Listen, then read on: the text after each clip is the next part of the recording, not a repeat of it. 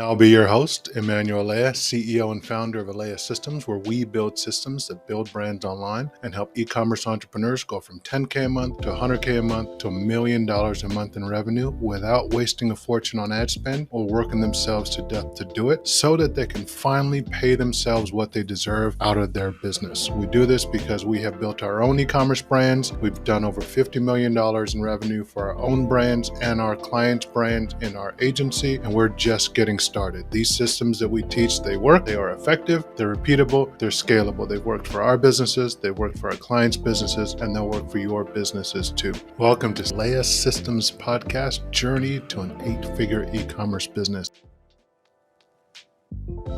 In this episode, I'll be interviewing Doc Williams, who is an absolute wealth of knowledge when it comes to the digital space and being a content creator. We connected after I made a post on LinkedIn where I was asking for anyone who'd be generous enough to introduce me to someone who'd be generous enough to give me their time to help me pursue my newfound passion of being a content creator, building a production company, building this idea of a media company, right? Because I just found my newfound passion in life, and it's to be much more creative, and that's where I want to go.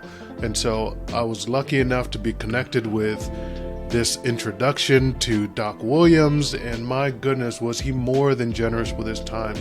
I mean, the amount of information he gives in this interview that you're about to listen to was enough content for other people to put into a course, right? And charge people for, because it's so meaty, so in-depth, so actionable, and so useful. And it comes from someone who's not just figured out how to do it for themselves. They've also been in a large organization, like working for VaynerMedia over with Gary Vaynerchuk, but also doing it himself, and has been a proprietor in the industry, putting these businesses together and fully getting immersed in media and technology and the intersection of the two for business purposes. You're going to get a lot out of him. So please pay particular attention to how he describes building a media company that can do $5 million a year with less than 5 employees. Right? That blew me away, and you'll hear I get shocked for a moment. I challenged him and break it down step by step, and he does. He actually did it. He broke it down step by step, and it made sense. It was like, that's the game plan. So take that away. You'll also get a lot out of his description of how he's thinking about automation and technology to build his concept of micro empires, a term that I found fascinating, and I really appreciated hearing it from him because it was a term that I hadn't really heard before, which obviously is because it's a term he came up with, but it was fascinating to see how his mind works and how he's thinking through the future of technology and business and media all together and building out these micro empires. And I'm excited to see where he goes with that, and hopefully I get to be a part of that journey. This episode, to me, is one of the most important episodes we've done, because it applies to all of us on our journey to becoming an 8-figure a year e-commerce business. Because at the end of the day, we are all a media company. If we're selling something online and we're distributing our goods and content online, we need to be putting out content. And so he gives us a whole new approach to marketing and promoting our businesses. And I know you'll get a lot out of this conversation with Doc Williams. And so without further ado, here's Doc Williams. Well, here's the big question, is going from working for yourself to working for someone else. That transition. Tell me how you're thinking through that. Yeah. You know what? I was thinking about that, and that's funny that you mentioned it. I told my wife the other week, I was like, I feel like I'm unemployable. I feel like I don't even know if I can be an employee. I think I can do it, and I'll tell you why. I think in this lane, I don't have a problem working with people and having my own brand and doing other things. I feel like I can separate it. When I was younger and I was in different things, I was like, no, this is me and I've got to do this. It's like, no, I'm going to help and I can stay in this lane, but it doesn't have to be the end all. If I want to feel that way, that's why I have this thing over here. That's why I have it over here. And I think that's the difference. Before, it would always be like, no, I'm passionate. This has got to be this way. I know I can do it. I felt in and I'm like, yeah, that's true. But if that's just not the way the ship is moving, you can still have this over here. You can still have the cake over here. I think that's what I'm thinking about. And they're async there before. And that's what the main, like one of the things was, I would come in and work with Vayner, like remotely or in person. I always had to go to New York. But with the pandemic, Before, they would never let anyone be remote ever. You would have to be by the office. You would have to be, and I don't like taking the train to New. I wasn't gonna live. I wasn't gonna live in the Bronx. I wasn't gonna live in anywhere near Manhattan. I wasn't gonna do it. You couldn't pay me. But Right. working remotely and working in these teams like this is the compromise that I would be looking for. So I like it. I like the way you said there too, because I wish I had known that when I was in the working world, is that, just have something on the side that is more interest, that is the interesting part, right? You need the day job, it pays the bills, you have a career, you're building, and that's not bad. Because I feel like in the entrepreneurial world, a lot of people are like, hustle hard, quit your job, make money. Like, you don't need to do that. That's not for everybody. What's his name? Ben Horowitz has a great book, The Hard Thing About Hard Things. He tells people, don't do it. There's only like a fraction of people who are actually wired to be entrepreneurs. Let them do the disrupting industry, startup, entrepreneur stuff. But for the rest of us, get a good job with a good career path that pays well, and then have a little consulting thing on the side, or something, a photography business on the side, that where you get to be passionate about it. And then it's the best of both worlds. Now don't take your passion and turn it into your profession, and it becomes no longer a passion and fun. And then your job, it seems like it's this ball and chain, but it's paying the bills, getting you healthcare, and you don't have to be passionate about it. Like, people like, try to find the job that you're passionate. I love, there's a quote, I don't know who said it, but it's like, what is your dream job? And it's, I don't dream about labor. I just don't. I don't. Why no one dreams about a job? Like, why? The whole idea of a dream job is so incorrect. Like, you go to work because you're going to trade your time for money. So yeah, having that side thing, yeah, having both, I feel like is probably, in this new generation, probably the safest way to go forward, build a career. yeah. The thing is, because I was looking at it, I was like, how many years I've run an agency for, it's getting close to 7 years. And it's taught me a lot. It taught me, how to build teams. But I was thinking about this. Someone's like, why would you want to go with Vayner full time? But I'm like, you know what? I like working with clients. I like doing all of the work. I don't want to manage a team prospecting all the time Yeah. and the feast or famine. I'm like, I know this about myself now. Like, I just don't, I will do warm referrals all day long. I just don't care about the getting more clients, if that makes sense. I don't Mm-hmm. enjoy it. And so I was like, what would work? And I was like, there's only two places media wise that, I was writing it down like last month. I was like, who would I really want to be with? And like Mm-hmm. Vayner's number one. So one of my friends over there, it's like, what do you think? And that's kind of how we had the conversation, because I was like, I won't stop doing content, do content all the time. Like, that's not going to be Yeah. a thing. But, and you mentioned like, having MRR or what it is. Someone on Twitter, they're always like, this is how much I make on my SaaS. I'm like, well, your day job can kind of be your MRR. You don't have to, that's already built in. You don't have to worry about scaling that Mm-hmm. up if you just view that job as that and just plug it Exactly. in. That's it. Curious question. Vayner was number one. What was number two on that list? Media companies. That's funny that you mention it. Trends.co. Oh, that's a popular one. Yep. They're doing some big stuff over there. I've worked with them before, and after they got bought by HubSpot, I like a lot of them, but there's a lot more masters when you're bought by HubSpot. Like, I Oh, understand that, and I think they're doing, I like the team, I like everything, but it was just like, they've got a different ones, and those were one or two. And, really? we'll see, but it's probably leaning towards Vayner. We'll see. We'll see what happens. Interestingly enough, and this is my naivete here, what a media company is. I would not consider Trends.co a media company, but that's because I don't know. I would love it if, like, could you define, like, what is a Oh, media company? that's a good question. So And the only reason I think VaynerMedia is a media company is because they literally put it in the name, VaynerMedia. yeah, that's true. That's true. Okay, so I view a media company a couple different things. Either you're supplying the content, or you have the audience in other media wants to be showcasing on your platform. That's what I view as a media company, because you can have the media Mm, company that's a studio that renders the service and can be part of the creatives, all those things. Or Trends is an example that they're doing both. They have two different levers. And so the most basic now that people are doing, I would say, is like, say, for instance, everyone's all about AI right now, artificial yeah. intelligence, machine learning, right? So if I have a newsletter, which that's how Trends started, they started with the hustle and then they got trends, which was the paid version.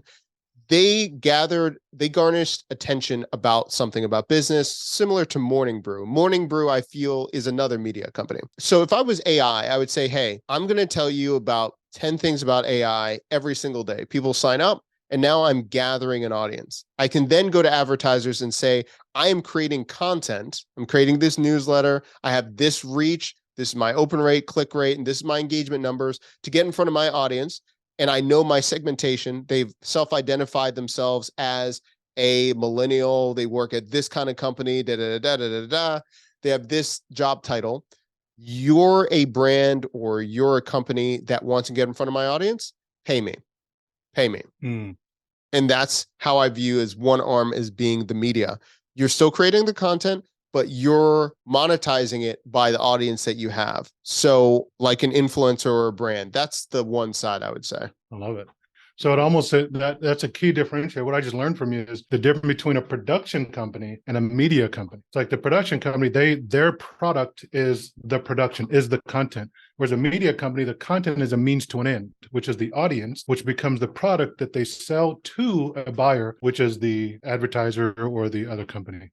Yeah. Interesting. Yeah. And you see that, I mean, Sam Parr has talked about it, why he sold to The Hustle, in his thesis, why he wanted to sell his media company and everything, trends and The Hustle. But as you can tell, if you've seen Vice, if you've seen so many different ones, I view like this is almost similar to like a startup that's going for a validation, an evaluation of how much it's worth. Media companies, you can give a quote unquote a value of how much your audience is worth. And that's why you're going to receive so much compensation to get in front of my audience. But it's a slippery slope. It's very similar to like when a company IPOs, it can drop very quickly. Like this is the valuation and then it drops. Media companies are the same way. Vice got bought. Everyone thought Vice was going to be the next thing. It's not very profitable. Vox got bought multiple times, right? But I also think it's a slippery slope how big these media companies are and what they're trying to like. It's almost like they're trying to make themselves look so good just to be tasty enough for someone to acquire them. So it's almost like a false narrative in a way, or maybe like on the market for a home. Like you're going to fix up your home, but like once you buy the home, it's like the plumbing's jacked up. Like you got to redo the basement. So I think a lot of media companies, it's weird like that. The beauty of Vayner is Gary creates this aura around himself and is the product. And people want to be him and want their business to be this prolific like him. So they are now buying into that. But there's layers because VaynerX now has a holding company. They've got all, they're a holding company. So they got so many different things moving. I mean, that might be a little bit off the beaten path. Clever, because it shows you have a different way of looking at it. It makes me wonder, as you see the way you see it, if you were starting a media company, what would be your game plan? If instead of going to help these guys out, you're like, let me just do this myself. That's a good question. I would have tiers. To be honest, I would have tiers. Number one, I would have a digital product where it'd be a course where people learn from the best practices of what I'm doing. And so I can always, if they don't have the ability or willingness to pay, they can just always buy the course to understand the blueprint of what's going on. So I'd have a course tier. I would have a premium service that I would be rendering it for them virtually or on site. And then I would have the third arm where it would be, I already have a curated audience. I'm going to get advertisers to now advertise in front of my newsletter and content. Those would be my three levers. Now, for that third option, that would assume you have an audience. And for a lot of people, I love how like things that are hard to most people, to you, they're just like commonplace. Oh, I'd have a course. I'd have an audience. I'd have like, so A, how would you come up with the audience, build that audience? And then B would be, how would you come up with the course? Yeah. That's a really good question. So kind of like you were talking about when you did your social media posts, you had like a couple of people raise their hand and say like, hey, like I want that. I would first record all of my sessions and I'd probably do a workshop so I can maximize my time. First, ask each person, what are they struggling with? So I understand and I have the language right. So I can build out my landing pages and website based on what those people are saying in the workshop. And then the common denominator, what are they trying to reach? Like where they are. They're going to identify where they are and where do they want to get to. And in the workshop, either a one-day workshop or I'm not afraid to just say, hey, we're going to meet back like 3 times and we're going to have that transformation documented and I'm going to get them to that point. So perhaps they're having trouble like creating content. It might be getting over being in front of the camera, or it might be like, what does my lighting need to be, or where do I need to be? Each session I'd be recording to show them like, here's the exercises, how you get in front of the camera. How do you hold the phone? Where do you put the phone? Do you have an outline? So you sound more natural. What are the things that you do even before you get in camera? Do you have you put your hands on your hip, you scream, you do something. What's your warm-up routine? Then it would be all the way, okay, what's the end result being like? Is it them just recording a call on Zoom? Is it them talking about what they're passionate about? I'd have a clear ending, and that would be the assignment. That would turn into more content. And then that would also become advertisement for everyone to see, like, they went from here to here. So I have a transformation story. I just recorded everything as a workshop, so I can now package that whole thing as a course. And so that's the course. How does that build the audience? Or is it you're doing it in parallel? So I'm doing it in parallel. So as I'm talking to people about what the workshop is, I'm going to say, hey, this is a closed workshop. I know you missed it, but if you're interested, when we put out the course or snippets of it, sign up down below to X, Y, and Z. So now I'm building the audience of as I'm doing it in real time. At the end of the workshop, I would then, because people are going to be so excited. And that's why I roll all the time. That's why I record all the time. Because if you're doing a workshop, people forget that they're recorded, which is a good thing, because then if they're like, oh my God, I can't believe you did X, Y, and Z, you just have your testimonial there. You don't have to send them like, hey, could you send me a testimonial? And people forget, or they're not natural on camera. So they're like, oh my God, I can't believe you just did this. Like, snip, that's a testimonial right there. I don't have to worry about it. And now because I've broken that down, if it's, several hour workshop, or if it's a full day, a full couple of weeks, I can now decide which ones are lead magnets. Maybe the lead magnet is just to get people 5 exercises you need to do to get ready to record a video, or 5 things you need to think about to set up the perfect lighting or your perfect place. All those things can be extracted, and they can just be digital downloads for free. Lead them into the course, or say, hey, we've got a course, but if you feel like this is not enough attention, you need one-on-one, boom, you get them right into onboarding into your services. Love it. And then how do you make this thing that you're creating? God, first of all, you make it sound so easy. I love how well, it's like when you're an expert, right? It's not how verbose you can be about it, it's how you simplify. And you did that very well, man. First of all, so kudos to you for that. Yeah. The second thing though is end goal is making a media company that is valuable. We even talked about, these Vox and Vice, making it tasty enough for someone to want to buy it. How do you create what you just described and make that valuable enough to where someone would want to purchase it? The way I would say this is the first portion. The next one is I need to know every industry. I need to understand who would want to acquire this kind of business and what kind of niche am I in. And the reason I need to know that and reverse engineer, let's look at a great example of HubSpot. HubSpot acquired trends.co. Why were they attracted to that? Couple things. HubSpot is a company that is a SaaS-based company that are looking for professionals at a level that are doing small businesses and that are more trendy and all of these things. So they know their demographic. Trends.co then showed who was on their newsletter. People that are on a newsletter work at companies like X, Y, and Z. So as more people are joining the newsletter, they're now, with their permission, but saying, here's the people that are involved or consume our content. And then that's going to be appealing to a sort of demographic or a company that's in a demographic. So for example, if I was going after, let's go with a demographic, e-commerce, right? So first, in the future, I want Shopify to buy my media brand. Okay, so first I need to know the top e-commerce brands and the influencers that use Shopify. And I want them to subscribe to my content, my newsletter, my content. Then I'm also going to release a report about the state of e-commerce in 2023, X, Y, and Z, because then I know I can get people that work at Shopify to get that report because they want to download it. And so now they're starting to consume my content. Now they're looking at what I'm talking about and they're seeing how many people are on my list. So it's reverse engineering who I want to have my eyes in front of, and then making sure that they understand that I know them and I know that this is their people, the top 10 people. If it's Shopify, like what is it? Kylie Jenner and tons of them. I'm going to go after, now again, I would have tiers, A, B, C, D, of those people. I'm not going to get Kylie probably to be on my newsletter right there, but who does she associate with? Who's the brands that are on her heels? And then I'm going to try to go after them to start going for them. And that will get me in the right ecosystem that people are going to be like, okay, they're trendy. They're exploding at this rate. They're doing this. And then I'd probably add one other thing for them to understand that I know the trend besides the trends report. I'm letting them know that I have this many people in the community and who's communicating what they're looking for. And then I'm in a better position when they're ready to buy. And that's an example of like Trends.co, 1:37 p.m. did the same thing. That's why Gary bought them. And it's more of a 2 to 3 year game.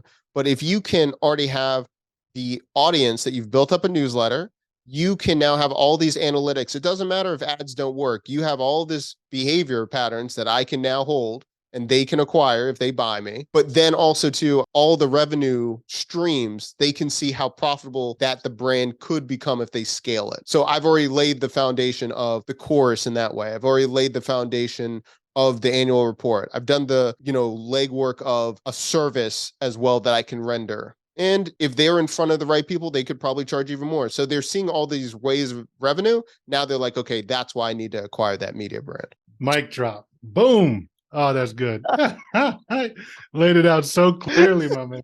Well done. Thanks. Those are great questions. I realized, thank you. Yeah, we've been just chatting, but I remembered you wanted to talk about something specific, and I don't want us to. Yeah.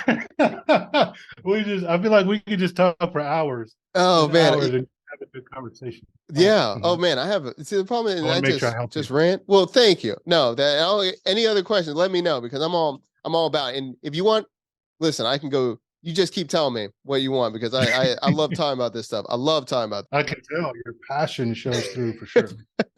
Thanks. So I had 2 questions I had. I was like, okay, I had this client, very, very small client. They're very niche. They just switched over to Shopify from OpenCart. My God, thank goodness. Ooh, so wow. It's just a beast. So we're over there and there's 2 things that they're having trouble with. And I was like, so I'll just give you the rundown. They have a membership. The membership allows them to give discounts. Like say, for instance, hey, if you're part of this membership, you get 10% off on your next purchases. Okay, great. They're bringing it over from another source. So right now we have it on Podia. It's a membership, all of those things. They wanted to know how the tagging system, or is it possible to tag someone in Shopify for that customer when they go to check out for Shopify to remember, hey, they get 10% because they're tagged like this, or they're this kind of member, or do they always need some kind of promo code at checkout? So there's several different behaviors. So first part, let's take a different pieces. So it's definitely possible to tag people based on an attribute. They bought this thing. They're now tagged like that. The behavior of at checkout automatically recognizing that tag and then changing something. That's where I'm a little like, that may require some coding and be developing. So let me make sure I understand the use case. So you want when the person comes to buy something else on the store, they get a discount based on the tag that they have. That's what you're wanting, right? Yep. Nope, but I can say that the simplest, it's not the fastest workaround would be whatever that thing is that is discounted for them, make it available to only those people. That's like a hackier way of doing it, where we avoid any kind of coding. But the only people who should see it are the people from Podia, and they would get access to that. And if you wanted to make it more streamlined, you can use a permalink, where it's basically a pre-populated cart that you make available to those people who have that tag. And you can do something like this in Klaviyo, where you have behavioral automations where it's like, hey, get this email or get this offer because you have this tag, and then send them the permalink. So then you don't have, because I heard the way you described that, you don't want to have a discount code constantly. So you can send it to just these people who have a tag, and then the permalink automatically fills the cart with the discounted thing. So that's how you could do it with getting away from coding. And if I'm understanding correctly, you're saying it would have to be like almost just separate items. It would be like everyone else in the store, any local, they wouldn't see it. It would just be the ones they could buy. Is that what I'm understanding correct? Or no? Yes, that is what I'm saying. That's the way I would solve this, without hiring a developer to do that recognition, because I'm sure there's a way where if someone reaches, and also because once you start to try and code the Shopify checkout, there's a lot of black box stuff they don't want you to touch for good reason. And I'm glad about it because I don't want to break my checkout. I have all kinds of stories about being on WooCommerce where I've broken stuff I can get into later, but like, I like that being a black box. You can't screw it up. But trying to but I don't know, there's got to be a way to solve it. I'll have to research that. Is there an automatic way?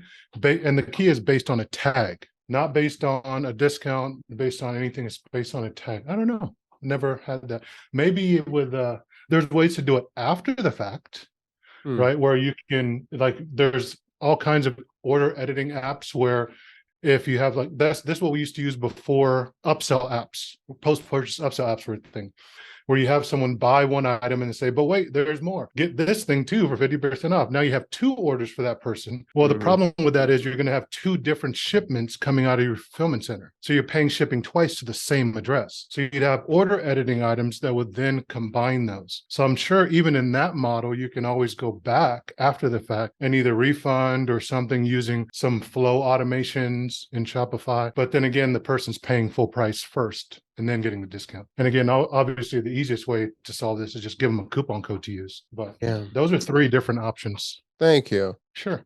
And they asked, and I was like, I don't know. I was like, I don't know. I was like, I don't. That's because let me ask you this for clarification. What are they trying to solve for? Because I almost feel like this is a better thing to solve for, not in Shopify necessarily, but in Klaviyo when they do their emails. So this is what they're solving. They're solving, maybe giving you the exact use case. This might help. This might help, maybe. Yeah. So they have a company called Make a Wood Sign. It says what's on the tin. They make wood signs. Like, they've been doing this for like 60 years. Really old business. Wow. They've been doing it forever. They have loyal fans that love them from YouTube and they want to support them. And so they have 2 different tiers. And you get to talk to them.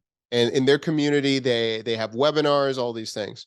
They get 2 benefits from this. Not only do they get to talk to in the community, but when they want to sharpen their blades to make these wooden signs, you get to send them your blades being sharpened once a year. Okay, great. Pretty simple. And they just send them and they sharpen them and send them back. The second is, depending on the tier system they had before, you would either get 5% off on all products in the store, or you would get 10% off of all products in the store being part of this club. And so sometimes when they're, when it's Black Friday or something like this, now they're like, well, I've been a member. Then they want to go into the e-commerce store and they're saying, hey, I'm at this level. I'm at a premium member. I would like to buy these items and I'm getting this percentage off because I'm a member. And that's what they're solving for. They're solving for the members when they decide to buy. How can it be as easy for them as possible to just get that membership discount? And that's it when they're purchasing. Yes, that behavior makes perfect sense. It's like a VIP club. It's like a member. And I do think, so we were trying to solve this with tagging a second ago, which is not as robust, but I do think there is a function of being an account management function where you log in and you have an account. And I do think there's a way, once you have an account, then you're presented with different options, and that would be the solution. As a logged in user, you have access, and that might even be by default native Shopify account features. You can start to set up different products based on logged in user, or Shopify now has a new wholesale module or functionality that's native. It's not an app anymore, where you could even do it that way. So that, and the whole feature of that is almost like a retail store, right? Where you're like, I want these buyers to have this pricing sheet and this buyer to have this. So you would do it with that functionality. So non-logged in users or VIP people would have this set of pricing, and general public would have this set of pricing. So it is 2 separate products and prices and different things, but I don't think you can get away from that now hearing that use case. You will need 2 different products for 2 different groups. Okay. And you can set the settings based on who's logging in. Like if you had the list of, and there would be that. Yeah. Wait, that's the part I'm not sure of. If you can natively look at a product page and say, if logged in, do this. If not logged in, do that. But there will definitely be an app for that, like whether it's the wholesale module or something where if they're logged in with these credentials, show them this. Even if it's like, you can also just solve this, like I said, going back to the Klaviyo stuff, having a collection page of all the products that are available at a different price that's only visible to people who have the link. That's the down and dirty simplest way. Of course. Thank you. Yeah, I was afraid it would be technical where you have to start coding. Like whenever you have to start coding, then it's like, it gets exponentially more complicated, right? Getting developers involved. Mm-hmm. I always hope that there's a way to do it without coding. Mm-hmm. Oh, absolutely. That's really good. Okay. Okay. I'll start investigating that. That is perfect. Okay. That is perfect. That's the main one. That was the only one I had until you said something at the beginning, which I want to make sure that I understand correctly. And if this is too detailed, you're like, no, this takes a whole nother layer of it. That's okay. I'll do my best. They've been really, they're old school. Like I said, they've been doing this for decades. And right now they do flat fee shipping pretty much in the US because they do basically it's different pieces of a saw that they're selling or so it's little bits, right? They're selling different routers, all this stuff, routers, bits. So most of them are going to be all in one standard packaging and everything. And they asked to do it all standard pricing. And then they made a custom profile in Shopify. If these are the big ones, we want to ship at a different price, all those things. International, they've this and we're revamping. They did this crazy system where they would make a listing on eBay and do it that way for people. Because if they still take phone calls, like they've got their phones, like people call them like all the time, like they have all these relationships. So outside the US, they're like, we would make a listing on eBay, they would just buy that, and then it would be a lot simpler. With the stuff going on with eBay's fees, and I guess something's going on with PayPal, they're like, nope, we're going to streamline it. We're going to bring it to Shopify and do this way. Is there any pitfalls or anything that you see with international shipping is there a red flag? What we were planning to do is DHL express shipping, have it calculated, and then make sure, because they're like, which understandable, they're like, we don't want to lose our shirt. I said, just add a custom amount, $5, $4, whatever you want on top of that. So you always know you're good. So you always know that you're good. Is there any horror stories or anything where you're like, this will ruin like international shipping? You mentioned shipping, and then I was like, I want to make sure that there's not a glaring mistake that you hear about shipping. That's all. Multitude of glaring issues. This is one of those down that road lies madness, right? In most of my companies and the companies we've helped, we eventually just shut it all off because it's just such a pain. Interestingly enough, the simplest strategy is if you sell on Amazon, just turn on external shipping, and that's the simplest way of going international, because let Amazon fulfillment and shipping figure all that out. Because here's the biggest glaring issue that happens with international is you cannot control customs and duty fees. Even if you play the game with the HS tariff codes and try to find the ones that won't shut it off. Like we've had so many where the customer bought it, it arrives there and they're like, it's being held up for more than I paid you guys for the product for customs and duties fees to get it to me. And so they end up just sending it back. And then it bounces around across the country forever. And it's just that's the most obvious risk. What we do see sometimes as a solution for people to avoid that is we'll see international customers who have a US post address where they control it. And then that organization is able to ship it to them safely, and they handle it that way. So now it's cheap shipping to that location from us in the US, and they have cheap shipping from that location to themselves.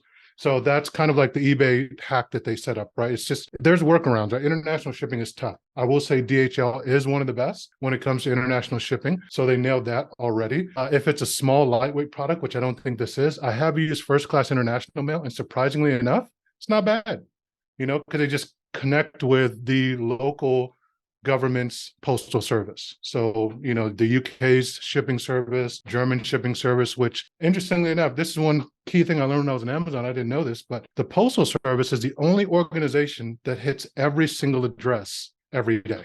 They're the only ones that can afford it. The government has to subsidize it, right? Like UPS, FedEx, none of them actually go to every address. So you think about it, that's a huge undertaking. Wow, that's crazy. No one, and the fact that they can do it, it's actually a modern marvel. But everyone, talks trash about the postal service because they didn't get their one package. But if you think about what their job is, it's really hard. So anyway, I'm sorry, I digress, but I'm always impressed by the postal service. Yeah. The question I have is the eBay thing, though. What did that solve? That threw me off a little bit. What were they doing why did they have to use eBay for international specifically? That's interesting. That's a good question. I would have to get more details.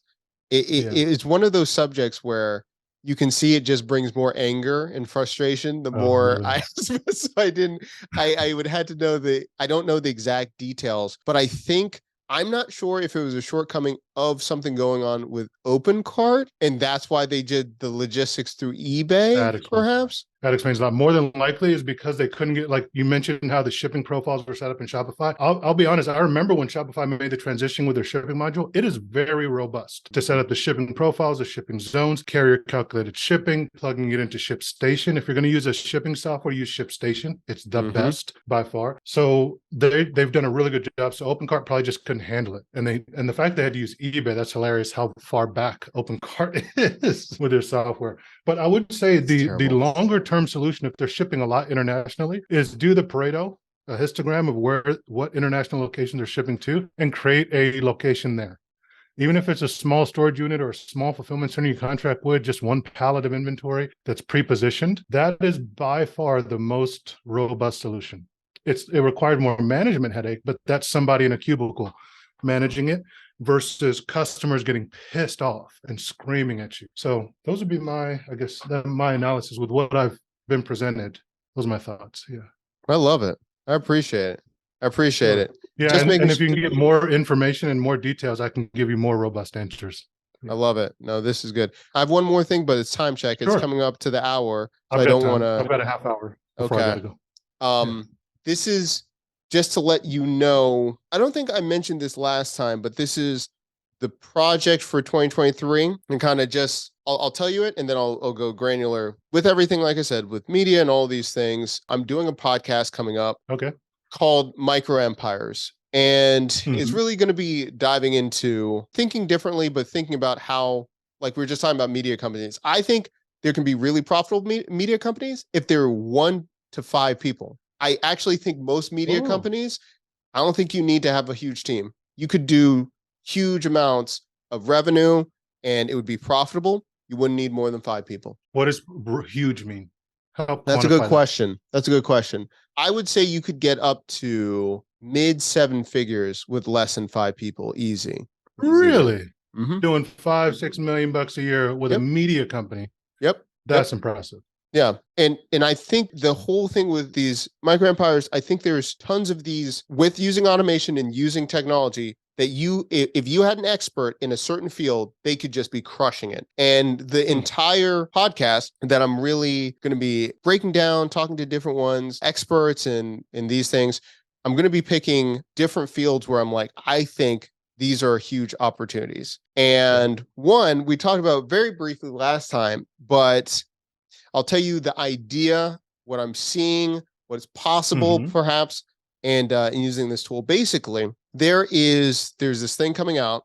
I'm in beta with it, but imagine visually being able to create these softwares as a service, so micro SaaS companies. And one of the things that they have that you can be breaking down is they have this Shopify extractor, but it's not only can you look at what's in the Shopify app store, what's selling, what's not selling. You can be granular of at this rate of this many comments added per day, what is the best item? What is their system of, how many stars they get. But what I think is going to be the trigger or the thing, not only just having a database to see this, is by having an expert that knows that platform, that knows these things, that has the experience to interpret, like, this is what this is. Instead of you getting this database of these 25 apps, you have no idea why this is beneficial. Charging for not just the database, but the distilled interpretation of why this is important. I think that could be a very good minimum six-figure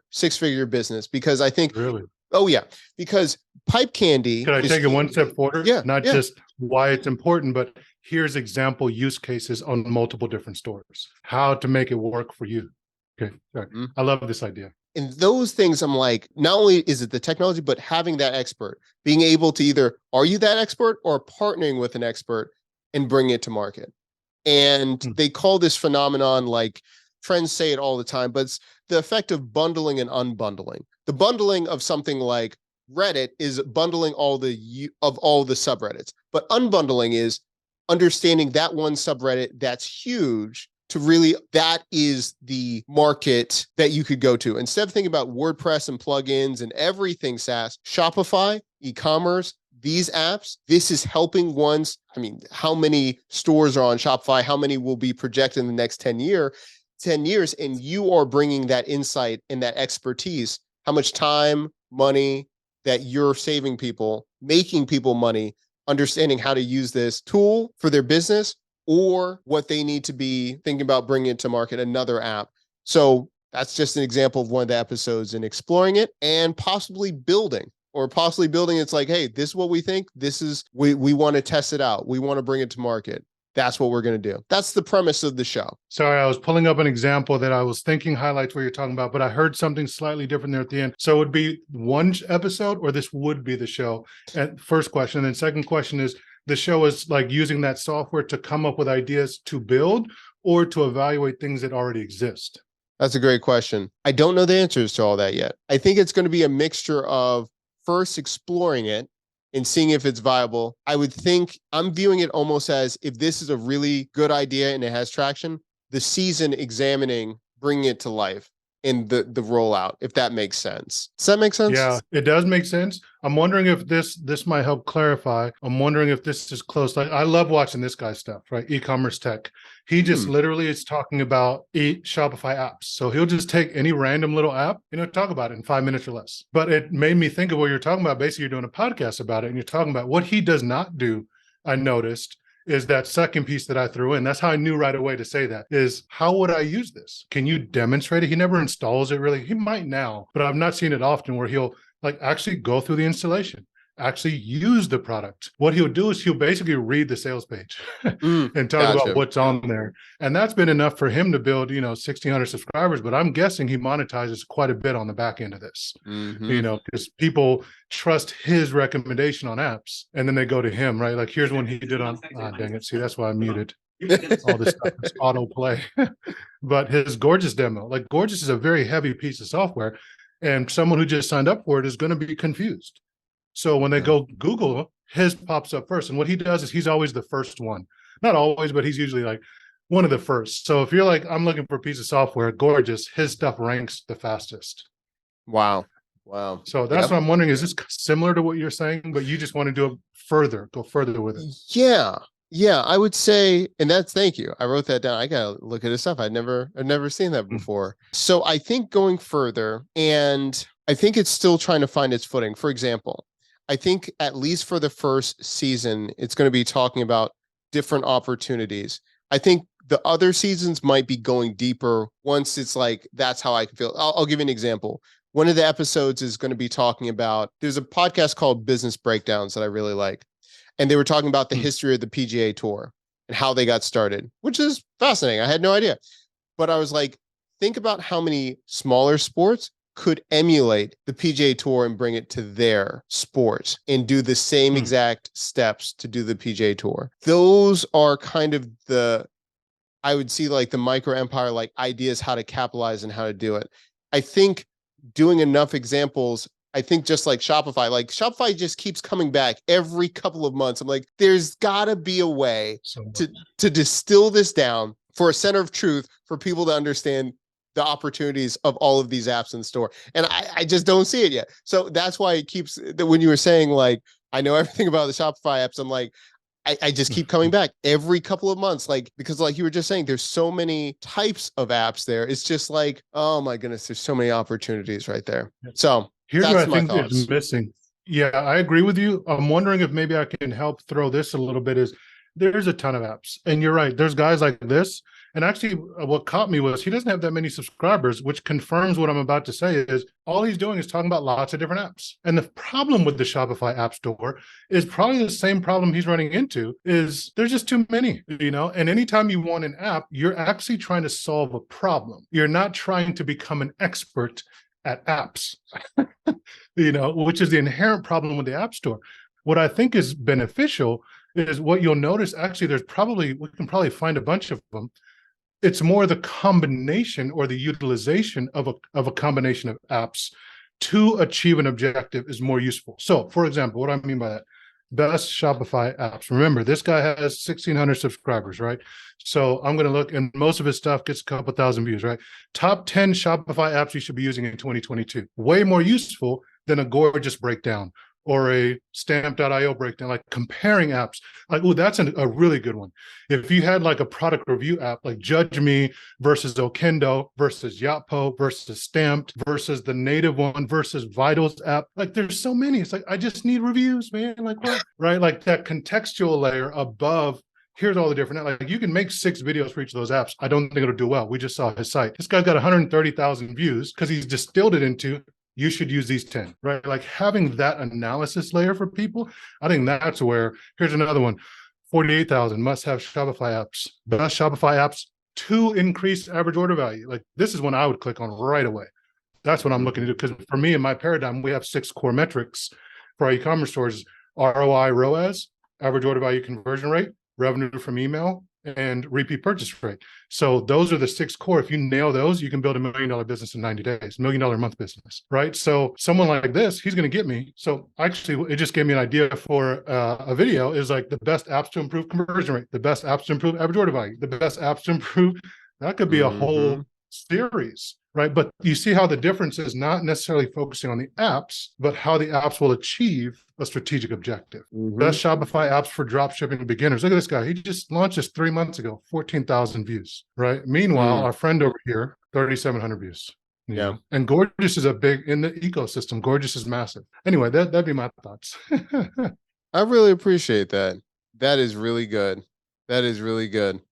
Thank you. And you've given me some encouragement too, because I'm also in this space, but I'm so deep in it. I miss the forest for the trees, you know, because I'm looking at the trees. I know, like I can rattle off any ecosystem worth of apps. You're like, oh, review apps. Oh, here's 6 to 10. Oh, you want motivator apps? Oh, here's 3. Use the bold one, not this other one. Oh, you want, what do you call that? Subscribe and save apps? Recharge. That's the best one. Like I've made it my business to know all these apps. But to your point, I always run into that problem of, okay, no one cares, right? No one really cares about 10 different subscribe and save apps. The fact that you know that, they just want to know what's the best one. Yeah. And that's part of our service offering. Like people come to us and we shortcut the research process. Like you can go and research all these apps or just ask me and I'll tell you, use this one. Yeah. And then you can get your whole tech stack done in a day, instead of spending 3 years like I did testing all kinds of things. So true. So true. No, but I love your title, Micro Empires. I'm curious, like, can we go back to that and like ask where, so this was the Shopify was just one episode, right? Yeah. Just one episode. The reason behind it, I mean, it came about was I was looking at a lot of these like different shows, like they did the breakdown of like Harvard Business Review, like how that business runs and all of those different things. And I was like, that's really interesting, but I would love for it to be a breakdown how small teams, how one solo entrepreneur can do these things, or what are the takeaways of this huge business that you could be building this thing over here for you. I love this. What if we meet in the middle? Here's an interesting idea. Oh, and this feeds into something I've been thinking about a lot. What if we did those teardowns? And going specifically to your Shopify app store, do you know what Kylie Jenner's store is? Oddly enough, I don't know the name of her business. That was the one you brought up, right? Yeah. Kylie Jenner's. Yeah, the cosmetic one. Cosmetics, right? So what we can do is we can do a teardown of the apps on her store. It's an empire. Right. So if you want to recreate this empire, your own micro empire, do the same thing she does. So we could build with on this thing real quick. So we can use a combination of tools to do research. So because some of it is I just know what apps, not necessarily what apps. I can come in with here's the stuff that you should have. Like there's an upsell app. There's these kind of apps that they have here going on. So have that. And then we can use built with, see, Klaviyo, Attentive for SMS. Statistics. Actually, I'm not sure what Forder is, but we'd look into it. Quantometric, Adobe. Oh, they're using big time stuff. Bazaar Voice. Interesting. Right. And we can basically like dive in and go through all these, and I mean, endless content. We can do Fenty Beauty next, then do another one. These are big empires. How do you create your micro empire? And then go into the app store back to where you were coming from and say, here's the list of apps, the top 10 apps to recreate Fenty Beauty. The top 10 apps and you end up with this scenario where we have contextualized the business. Yeah. I don't know. What do you think? Yeah. I love that. I love that. I'd love to do episodes about that. Yeah. That'd be cool. Because yeah, even looking at the site, you can see right away. Like I love breaking up. People are like, oh, the site looks so gorgeous, and they go towards like creative stuff, the color scheme and all that. But at the end of the day, this layout is simple. Hero image. It's just a block. Hero image, Mm-hmm. product row, another hero image, banner size, more product rows, another hero image, another product. It's the same thing repeated. So just Yeah. do that with your brain. The key to this, what makes it look good, is the photography. So if you're going to spend money, don't spend it on a designer for the website. Spend it on a good photographer to give you these images. And then the actual format, you just get a stock theme and you can recreate this exact site. That might be fun too. Going and taking these photos and literally recreating Kylie's website. I love that. Because you can get a color picker and do these Yeah. colors. Like, this is not a hard site. This is fairly straightforward. The money in that site, you can see with these apps, they're spending a lot on the back end. These metrics programs are not cheap. The money they're spending here that they're working with. So And then that way for their, that's their interesting. Yeah, I think some of their product pages, that's usually where you see the most innovation. Like even some basic stuff, like I hate using a drawer because it makes analytics difficult. Like you saw how I added to cart, but I love the fact that I can add to cart from the collection page. I don't need to go into the product page. So I'm quicker to add to cart. But at the same time, if I have reviews, why don't I have the review stars underneath the product or right next? There it is. See, social proof should be everywhere. The more you can, the better. Even over here on the left, social proof. I like this get 15% off. It's what do they call that? I can't remember right away, but when you close this, it pops up. That's a new feature Klaviyo just launched last year, which is sexy to me. I like that. It never goes away. So even if at first you're like, oh, get that pop-up out of the way, because people hate it right in your face. Well, in the past, it would just be gone now. Now you're ready to buy. You're like, dang it, where's that 15% off coupon code? Now here it is. wow. So that's Klaviyo. Yeah, so you see what I'm saying? Like marrying content with the apps versus just, if I just told you about Klaviyo, that wouldn't be as valuable. Or even this social proof. A lot of people want to take the cheap Shopify reviews app. Well, it's not going to do what this does. Look, I can search these reviews. So this is a review app that's really good because most of them don't even have this functionality to search reviews. Because what happens is if you end up like our store, we have like 1,600 reviews for some of our products. No one's going to read all that.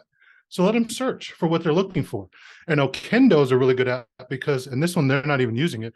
Okendo will give you not just, so let me step back. You need an app that will allow you to have photos and videos as well. Let me give you an example. Because now the person can get more context to the review. This is like, I'd say like version 2.0 reviews apps. Version 1 was what we kind of just saw, where it was just text and a star rating. Version 2 is where you started to get more images like this Kylie site has. Yeah, now you can get images so you can actually see the product. Amazon even went that direction. Version 3 is making it more searchable because you started getting an obscene amount of reviews to where like 16 reviews over on Kylie's website, I can probably read all of these, right? They're short sentences, they're simple images. Here's 1 out of 8. We're already almost done. But then you start getting people putting a ton of content, and you have a lot of them, and they're tabbed. So you don't have as much. Then you have questions too. No one's going to sit and read all of that, but now you can search. And then you can add videos here. Look at all these videos. And by the way, this is content I can use for my social media. And then I want a Pareto or histogram of it too, right? This is getting a whole nother level. And then there's version 3, where now you're getting into not just questions and reviews, but Okendo also allows you, when you ask people for reviews, you can ask specific questions. So just envision every one of these reviews having, how did it fit? Sorry, these are questions. Reviews having another checkbox like this, a tabbed view or list view of specific questions for every one of these reviewers to answer. Did it fit well? Does it stay on? Does it bleed? Does it, like, there's questions you can have that people in your market are asking, and have the reviewers answer them. That's what Okendo does. So these are the kinds of things. And then you can tie this into, sorry, let me just stop. I'm flying off the handle. This could be an all-day thing. Like I said, I need to stop. Oh, that's awesome. I enjoy this too. Like you said, this is fun for me. That is great. So if you're interested, like, I'd love I'm 100% interested. Okay. I'm not even sure the specifics of what you said, but just the way this conversation has gone, wherever it's going, I want to be a part of that. Okay. Awesome. No, this is going to be good. I've got to write some stuff down, what's coming up next, but like, this has been great. This has been awesome. This is, I mean, beyond this podcast, you tell me when you're like, hey Doc, like I want to talk, you just tell me We'll jump on. Text me or Yeah, anything like this, but this has been awesome. This has been yeah, awesome. for sure. And then whatever. So already I'm hoping we can even just chat like this even more regularly. Yeah. And then if we turn it into something that we publish like consistently, like a podcast or something, that would be even better. But even just the talks I'm happy with. If you have a specific thing you want to publish in mind, just let me know the specifics and we'll figure out how to make that work. So that way you're not doing all the work or I'm not doing it. We can work all that stuff out. But yeah, this is fun. Like we could create our own media company. So you laid out the plan already. I know when you're talking about it. I'm like, oh man. Because when you Okay. were laying it out, I was like, dude, why don't you just do this, Doc? Like you know it.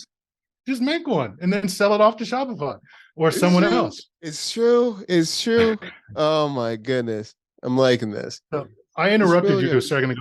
I just realized I should let you say it. What were you thinking? Where is this going? What do you have in mind that's concrete? Where is this going to end up? I tell you the truth, that's one thing I'm not sure yet. It was kind of basically this came about was there was two ideas that I had that I was pitching with friends. One was going to be on the HubSpot podcast network, and just timing, it didn't work. And this one, I'm just like, I kept this one back because I'm like, I can see the potential. I don't know the end game, but I can see the potential. And And you were saying you pitched them a bunch of different stuff on different networks, you said? for theirs, yeah. So they have the HubSpot podcast network. So like if you've heard of like My First Million and those kind of things, those are all theirs.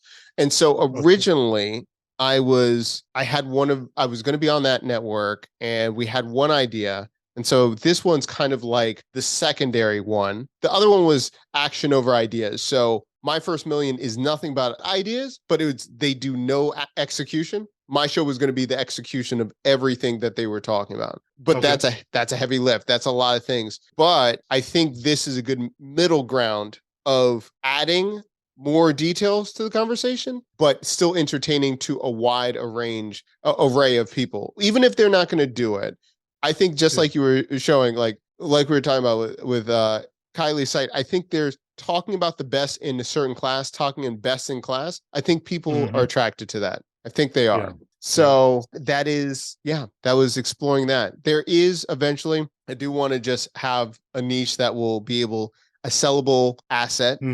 And again, that's why I brought up the Shopify one. I just think there's a clear something in an industry that could be brought about. So that was just the side points. I love it. And I love the name. I'm so mad. I'm jealous. I'm like, I wish I'd have thought of that. Micro empires, because it fits so well. And I would tell you that little trope, I guess we can call it, of, here's how Kylie's doing this. As annoying as it is, it gets me every time. And I'm like, I should just don't hate the player, hate the game. Like use that, right? Because I do want to know how to be more like Kanye or how to be more like this. Here's 10 things that Jay-Z knows that you don't. I already know I'm going to watch it. Like, I'm so mad the whole time. Like, oh, I know this is not going to be like game changing. I'm not going to turn into Jay-Z, but I'm curious. So literally every episode could be some massive company, Fenty Beauty, Jessica Simpson, Honest Company, all of that. And we just need 5 or 6 key points that they do that are unique to their store. Bang, done. And then, hey, and then the part that you're saying that's My First Million. But the part that you're saying is now saying, here's how you build your micro empire like her. So start off small. Use these apps to recreate these techniques.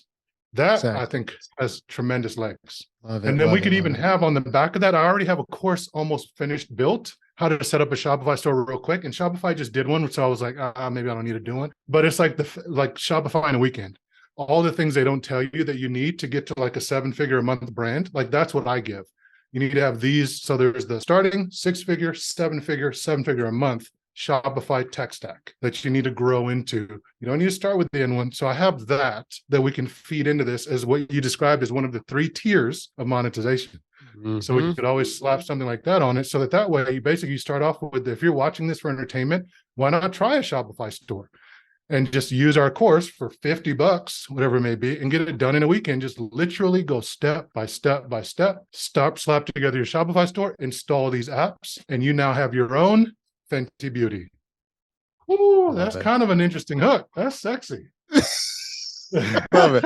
I love it. I love it. And the piece that also I just remembered we did that would really make it cool is the creative side of it. When we were talking, I've never thought about this until I talked to you. I love that we're like, our brains combined, it just sparks something. Mhm. But the people care less, actually, if you think about it, about the outside. They'll care about it, but the look and feel. What if we recreate Fenty Beauty, Kylie Jenner's site, right? Here's the exact Mhm. color schemes they're using, and we're going to make this site look like it.